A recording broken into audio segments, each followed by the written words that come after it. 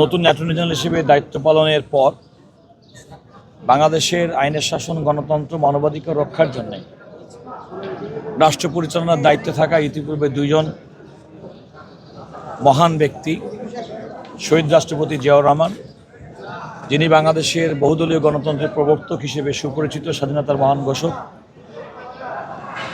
এবং সাবেক প্রধানমন্ত্রী বেগম খালেদা জিয়া 31শে ডিসেম্বর 2025 তারিখে লক্ষ লক্ষ জনতার তার জানাজায় উপস্থিতি প্রমাণ করেন তিনি বাংলাদেশের মানুষের কাছে কতটুকু প্রিয় ছিলেন, শ্রদ্ধার পাত্র ছিলেন।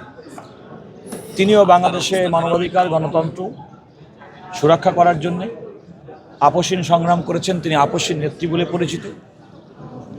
তিনি বাংলাদেশে গণতন্ত্র উত্তরণের এই পর্যায়ে আমাদের মাঝে নেই, কিন্তু নতুন দায়িত্ব নেওয়ার পরে অ্যাটর্নি জেনারেল অফিস হিসেবে আমার কাছে মনে হয়েছে যে এই দুজন নেতৃত্ব বাংলাদেশে তাদের নিষ্ঠা, সততা, দেশপ্রেমের যে চরম প্রমাণ রেখেছেন, তাদের প্রতি শ্রদ্ধা জানানোর মাধ্যমে আমার ওই অফিসের প্রাথমিক কার্যক্রম শুরু করা উচিত।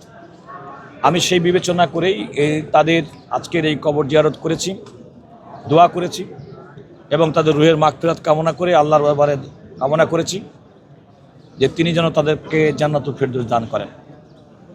একই সঙ্গে দীর্ঘদিন ফ্যাসিবাদ বিরোধী আন্দোলনের পরে নতুন বাংলাদেশের যে রাষ্ট্র পরিচালিত হচ্ছে, রাষ্ট্র পরিচালনার দায়িত্বে যিনি আছেন তাদেরই সন্তান, সুযোগ্য সন্তান জনাব তারেক রহমান এবং তার প্রয়াত ভাই জনাব আরাফাত রহমান কোকো, তার জন্য আমরা দোয়া করেছি। জনাব আরাফাত রহমান কোকোর জন্য বিশেষ করে দোয়ার পরে জনাব তারেক রহমান যেন আগামী দিনের বাংলাদেশকে সঠিক নেতৃত্ব দিতে পারেন, যে নেতৃত্ব শহীদ রাষ্ট্রপতি জিয়াউর রহমান এবং বেগম খালেদা জিয়া দেওয়ার মাধ্যমে বাংলাদেশের মানুষের মনের মণিকুঠায় স্থান করে নিয়েছেন, একইভাবে তিনি যেন সফল করতে পারেন, সেক্ষেত্রে আমরা তার জন্য দোয়া করেছি।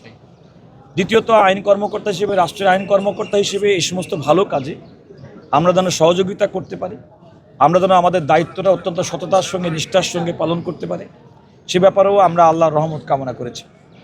আপনি যে কথা বললেন সেটা হচ্ছে, একটি গণতান্ত্রিক সমাজ ব্যবস্থায় বিচার বিভাগ অত্যন্ত স্বাধীন এবং স্বতন্ত্রভাবে কাজ করে থাকে। বিচার বিভাগ যখন স্বাধীন এবং স্বতন্ত্রভাবে কাজ করে থাকে, তখন আপনি যে কথা বললেন, মানুষের ন্যায় বিচার প্রাপ্তির যে অধিকার, সে অধিকারটি সুনিশ্চিত হয়। এবং আমরা তো মনে করি আমাদের বাংলাদেশের বিগত এই নির্বাচন 12 ফেব্রুয়ারি 2026-এর নির্বাচনের পূর্ববর্তী 3টি নির্বাচনের মাধ্যমে বাংলাদেশে গণতন্ত্রকে যেভাবে ধ্বংস করা হয়েছিল, এই নির্বাচনের মাধ্যমে বাংলাদেশে গণতন্ত্রের যাত্রা শুরু হয়েছে। এই গণতন্ত্রের যাত্রা শুরু হওয়ার পরিপ্রেক্ষিতে আমরা মনে করি যে বাংলাদেশের সুশাসন সুনিশ্চিত হবে, এবং যখন সুশাসন সুনিশ্চিত হবে সর্বক্ষেত্রে, তখন মানুষের মৌলিক অধিকার হিসেবে তার ন্যায় বিচার প্রাপ্তির যে অধিকার, সে অধিকারটা সুরক্ষিত হবে। দেখুন, আমরা বাংলাদেশে সাংবিধানিকভাবে রাষ্ট্রের যে 3টি অঙ্গ, সেটা স্বতন্ত্রভাবে কাজ করবে, তবে কার্যক্রমের ক্ষেত্রে তারা পরিপূরক হিসেবে কাজ করবে, এটা মনে রাখতে হবে। রাষ্ট্রের নির্বাহী বিভাগ, পার্লামেন্ট, সংসদ এবং বিচার বিভাগ, তারা স্বতন্ত্রভাবে কাজ করবে। যখনই স্বতন্ত্রভাবে কাজ করতে পারবে, তখন গণতন্ত্র পরিশীলিত হবে, গণতন্ত্র সুসংগত হবে। আমি মনে করি এ যাবৎকালে বিশেষ করে এই গণতান্ত্রিক সরকারের যে যাত্রা শুরু অভিপ্রায়, এখনও পর্যন্ত আমরা কোনো ধরনের নির্বাহী বিভাগের পক্ষ থেকে কোনো ধরনের ইন্টারফিয়ারেন্স আমরা এখনও লক্ষ্য করি নাই।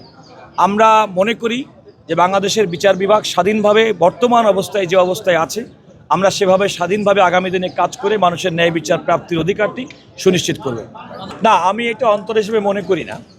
এই কারণে দেখুন, আমাদের সংবিধানের বিধান মতে অন্তর্বর্তীকালীন সময়, অর্থাৎ যখন সংসদ না থাকে, সে সময় রাষ্ট্রপতি তার সাংবিধানিক অধিকার বলে আর্টিকেল 93 অনুযায়ী তিনি যে অধ্যাদেশ জারি করেন, সাংবিধানিক বাধ্যবাধকতা হিসেবে সংসদের প্রথম অধিবেশনে সে অধ্যাদেশগুলো উত্থাপন করতে হয় এবং 30 দিনের মধ্যে সেই অধ্যাদেশগুলোর কার্যকর করার ক্ষেত্রে একটা বাধ্যবাধকতা আছে। ইতিমধ্যে আমাদের মাননীয় আইন, বিচার এবং সংসদ বিষয়ক মন্ত্রী জনাব মোহাম্মদ আসাদুজ্জামান বলেছেন, এই প্রক্রিয়ার মধ্যে স্বল্প সময়ের মধ্যে যে সমস্ত অধ্যাদেশগুলো করা হয়নি, পর্যায়ক্রমে সেগুলো আলটিমেটলি আইনে রূপান্তর করা হবে। এবং সে আইনে রূপান্তর করলে আমি মনে করি অধ্যাদেশগুলো ধারাবাহিকতা রক্ষা করা কিংবা এই অধ্যাদেশগুলোর মাধ্যমে যে উদ্দেশ্য করা হয়েছিল সেগুলো পূরণ করার ক্ষেত্রে কোনো বাধা হবে না।